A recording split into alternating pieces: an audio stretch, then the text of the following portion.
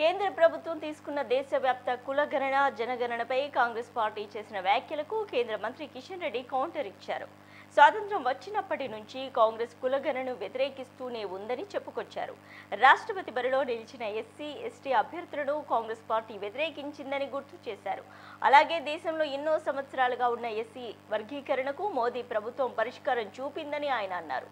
కేంద్ర ప్రభుత్వం తీసుకున్న కులగణన నిర్ణయం చరిత్రాత్మకమైనదని, ఈ అంశంపై కాంగ్రెస్ పార్టీ నాటకాలు ఆడుతోందన్నారు కిషన్ రెడ్డి.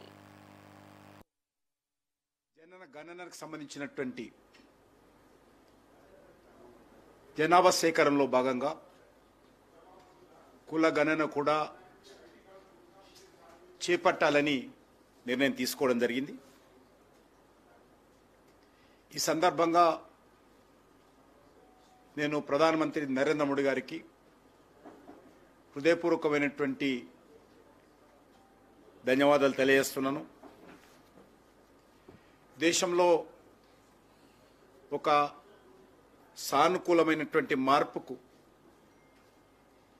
ఈ కులగణన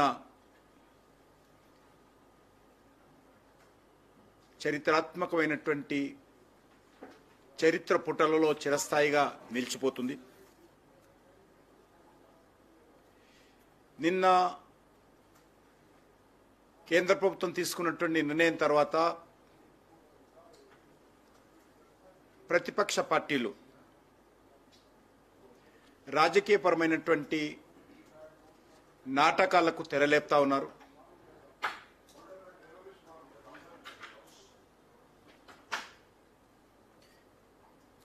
గతంలో కాంగ్రెస్ పార్టీ ఆధ్వర్యంలో ఈ యొక్క బీసీ రిజర్వేషన్ సంబంధించి అనేక రకాల కుట్రలు కుతంత్రాలు చేయడం జరిగింది. ముస్లింలందరినీ కూడా మతం పేరుతో బీసీలో చేర్చడము,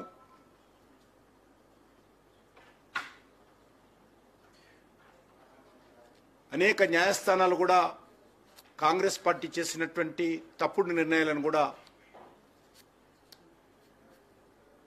మనం చూశాము.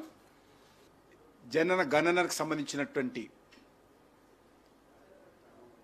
జనాభా సేకరణలో